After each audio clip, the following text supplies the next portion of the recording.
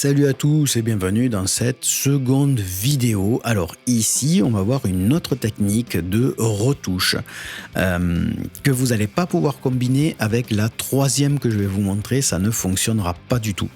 Voilà, je préfère vous le dire parce que il y a certaines choses, vous pouvez les combiner, d'autres vous n'allez pas pouvoir. Vous allez pouvoir sous certaines conditions et je ne vais pas commencer à vous embrouiller la tête avec lesquelles conditions ça va marcher ou pas. Moi, ce que je vous conseille, c'est pour celle-là, c'est pareil, c'est une retouche qui peut, si par exemple la première technique qu'on a vue ne fonctionne pas vraiment à certains endroits, je vais vous montrer celle-là que vous pouvez combiner avec la première. Dans la première et la seconde, vous pouvez les combiner, mais dans le bon sens, c'est-à-dire première d'abord, seconde après. Par contre, la troisième, vous ne pourrez pas du tout la combiner avec les deux premières, ça ne sera pas possible. Voilà, je préfère vous le dire parce que j'ai fait des tests et ça ne fonctionne pas. Voilà. Alors, peu importe le Photoshop que vous avez, qu'il soit 2023, 2024, moi j'ai une préférence pour le 2023 tout simplement parce qu'ici j'ai une option 3D qui ne fonctionne pas dans le 2024. Voilà, Adobe a une sale tendance à faire des mises à jour trop souvent, trop vite, sans essayer la moitié des choses. Et comme Atom l'a dit dans une vidéo, j'avoue que c'est un peu abusé à des moments de payer des abonnements pour des choses qui ne fonctionnent pas. Voilà, en 2024 sur 2024, l'option 3D qui n'est plus ici, qui est affichée je crois dans les filtres, enfin il n'y a que celle-là, ils l'ont supprimé. On n'a plus la possibilité de venir faire de la 3D. Voilà, donc c'est petit coup de gueule début de la vidéo, mais c'est le genre de truc qui me gonfle royalement, donc c'est pour ça que je garde souvent une version précédente.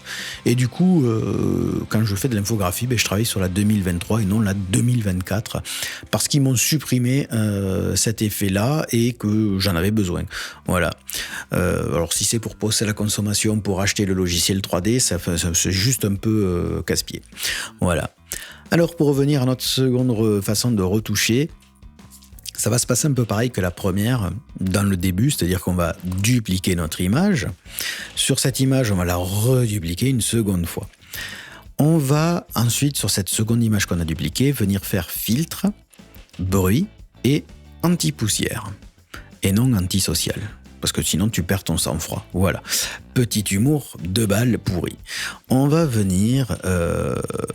alors vous voyez que ça fait un drôle d'effet, l'anti-poussière. On va venir choisir quelque chose qui corresponde bien. Il ne faut pas que ça soit trop abusé non plus, parce qu'il ne faut pas qu'on ait un effet dégueulasse sur la peau quand on retouche. Donc souvent, on passe un petit moment à trouver le bon truc.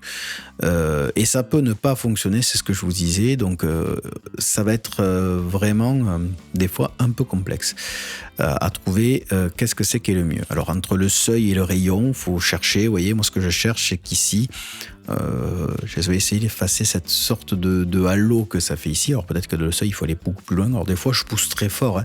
N'hésitez pas à pousser les curseurs et à les ramener doucement pour que vous voyez ce que ça peut faire. Vous voyez là, je le ramène au fur et à mesure et je regarde ici dans mon petit carré voilà, j'ai à peu près un truc qui devrait le faire. On va voir. Donc une fois qu'on a fait ça, on fait OK. On met un dossier, on met notre photo dans le dossier. Hop, je vais juste enlever celle-là pour le moment, la cacher. Et on va mettre ici un masque de fusion. On va faire commande I. Alors commande J, vous dupliquez vos photos. Commande I, ça inverse, ça fait une inversion. Vous voyez, donc je passais du masque blanc au masque noir. Donc ce qui fait que maintenant je vais pouvoir peinturer mon modèle, les parties qui me gênent. Donc on va zoomer.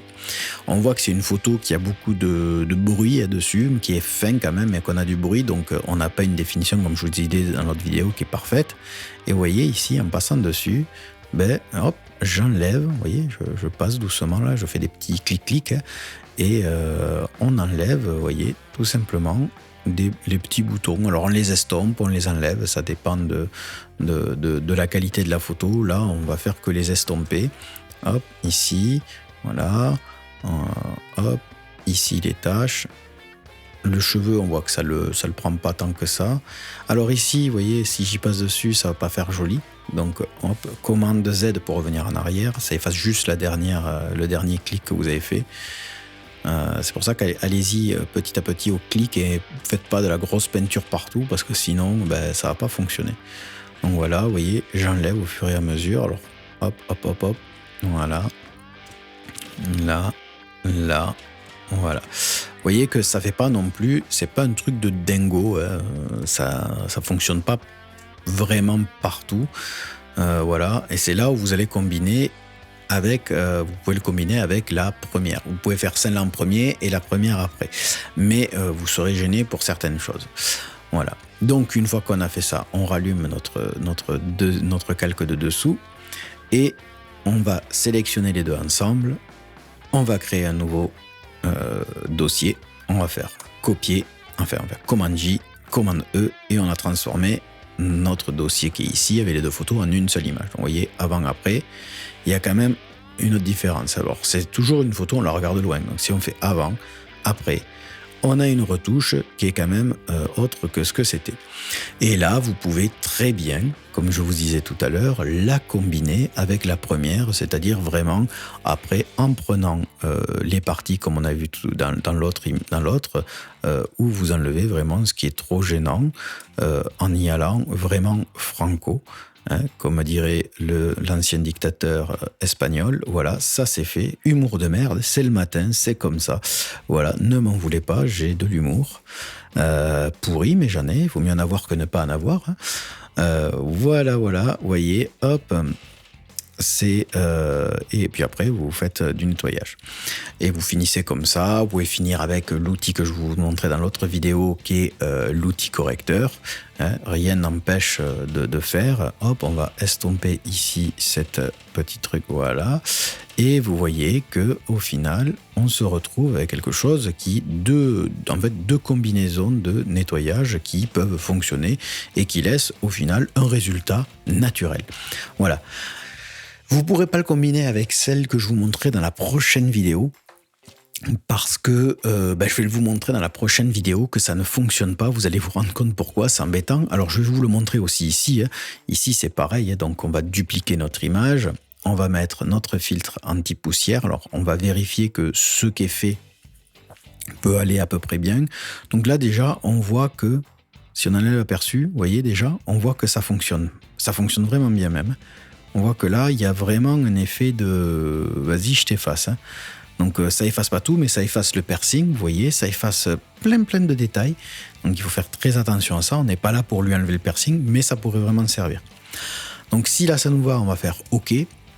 Comme tout à l'heure, hein, on va... Alors là, il va mettre un poil plus de temps parce que l'image est un peu plus lourde. On va redupliquer l'image de dessous.